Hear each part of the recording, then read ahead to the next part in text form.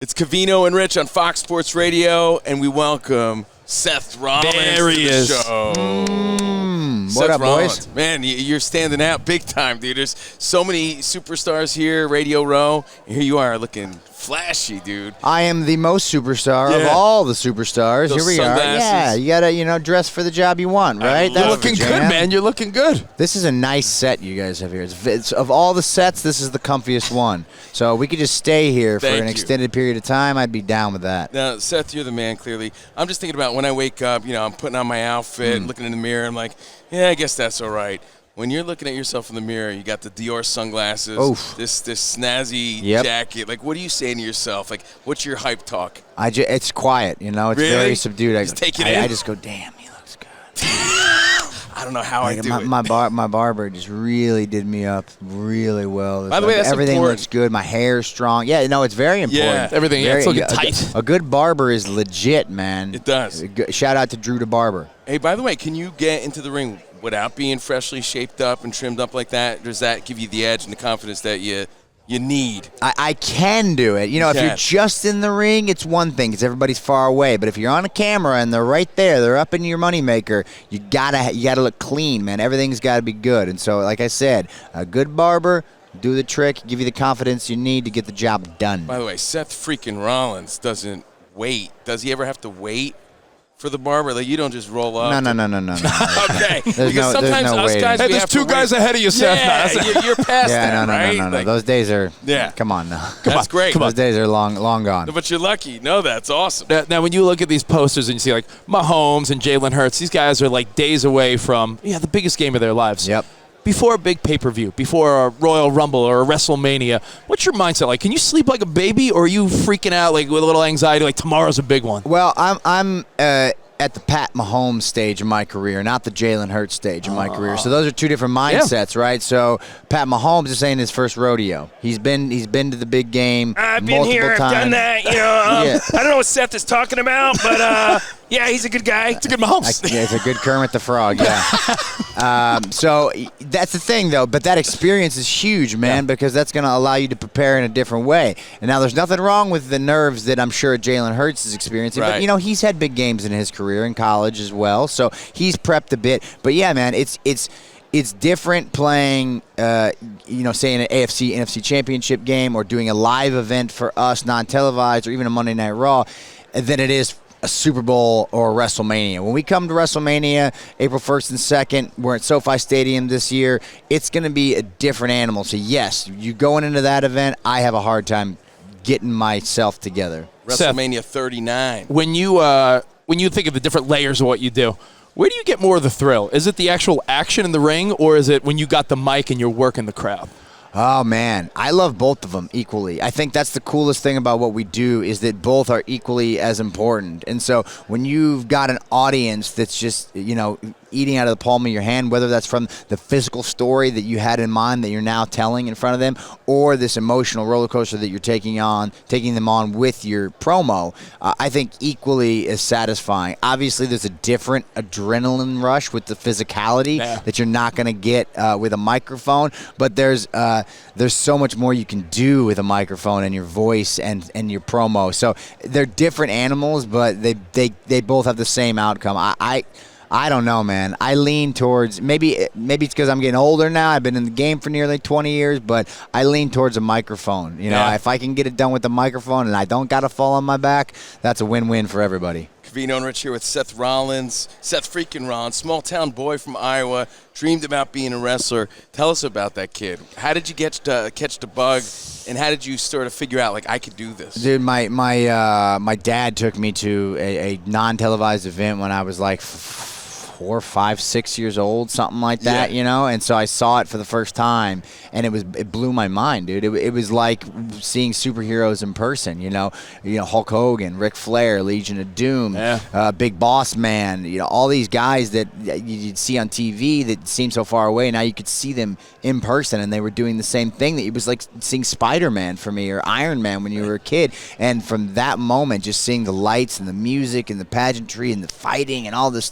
it it hooked me, man. I was hooked for life. From that it. age, I never wanted to do anything else. Found your calling. And I was going to say, any kid that grew up not watching wrestling, I just feel like I couldn't connect with. Like, to me, as a kid, it was like the Hulkster, Macho Man, Jake the Snake, Honky Tonk Man, Mr. Perfect. Like, you know, it really is. Like, you're right, superheroes. So they were like superheroes. And you're living that now. They weren't. We had all the toys, the big rubber. By the way, is it cool when ring. you see your own toys? That's what I was going to ask. Yeah, dude. Seeing yourself in an action figure form on a shelf at Walmart or like in a video game just blows my mind. Like that's crazy to me.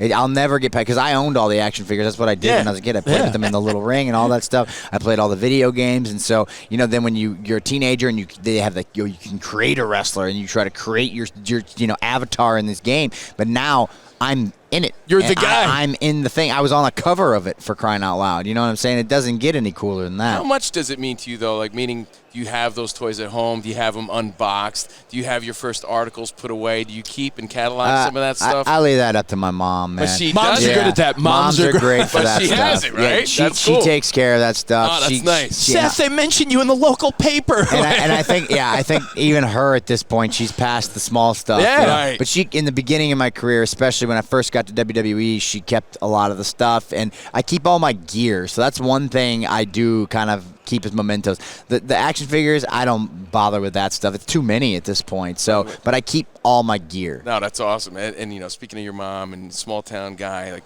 how proud or surprised are your friends and family members? Tell us about their reaction to your success. Ah, man, you know what? I think there's two sides of the coin. There's the people that doubted you. Yeah. That said you were never going to be able to do that. They just couldn't see it, And to be fair, that's a reasonable expectation for somebody coming from a town of 1,000 people. But then there are the people that always had your back. That always were like, you can do this no matter what. You can make it. And so those people that always had my back, I appreciate them endlessly, because anybody who has a modicum of success knows that it doesn't happen alone. You don't just do it. It's not just, hard work's part of it. Passion, dedication, all part of it. But having people that support you, that help you when you're down along the way, that is one of the most important parts of being successful in any endeavor. And so to those people, to my friends, my family, anybody that had my back from day one, I owe them a debt of gratitude I'll never be able to repay. Seth, being that you're one of the faces of the company, you're the guy. Well, let's talk about this Logan Paul. Like, I mean, is he? I've seen you say that he doesn't belong. Do the guys get along with him? Is he? Does he have a future? You think there, or you think it's like? What's your thoughts? Nobody gets along with him. Right? Like, nobody gets along. Does anybody like Logan Paul? You know what I mean? He's a personality, and he's out there. He's intriguing. There you go. That's the nicest thing you're going to be able to say about him. There's an intrigue. And he's a hustler. I'll give him that. He's a hustler. But our industry is built on passion. It is built on people who love it, who want to make it better, not to take from it. And so what I want to know about Logan Paul, is he going to be that guy? Is he somebody that's going to develop a passion for it, that's going to fall in love with it, that's going to give back to it? Or is he just somebody that wants to come in and suck our fan base and take money out of our pockets and do everything for himself? I feel what you're saying. That's what I want to know. What you're saying is you built your career in this. You've given this your My blood, life. sweat, and tears, your life. My life. 20 years. I met my wife in this business. I have a child. I have a family. My wife has a college education because of this industry, and I want to give back to it. I want to leave it better than where I found it. And if he's not going to do that, then he can get the hell out. I don't have time for him. Or Mind is this your own just business. a new path?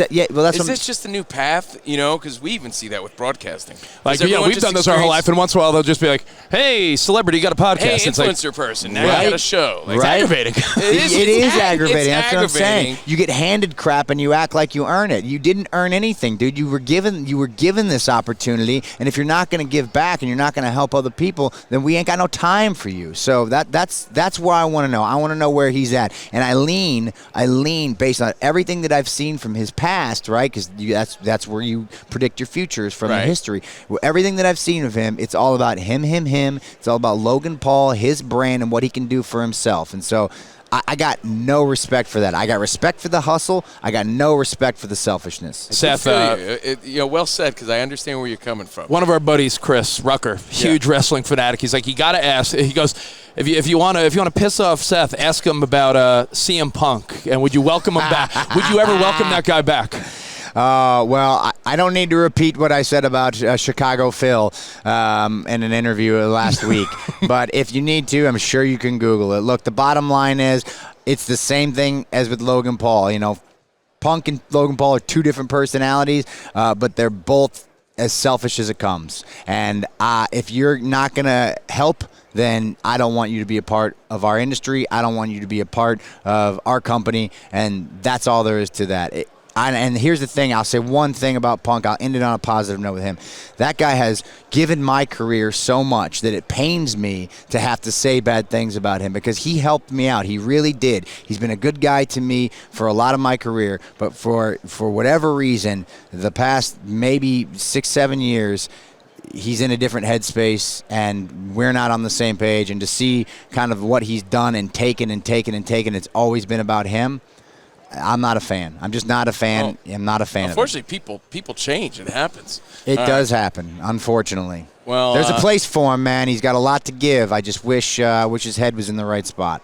We have Seth Rollins on the show. I want to thank you for stopping by. Appreciate it, man. Looking slick, and it was nice to talk to you. And WrestleMania, before you know it. WrestleMania coming up, baby. Let's rock and roll. April Thank you, 1st guys. and 2nd. Yes, right? sir. 2 nights. Perfect. Thank you, brother, for being here. Thank you, Appreciate guys. you.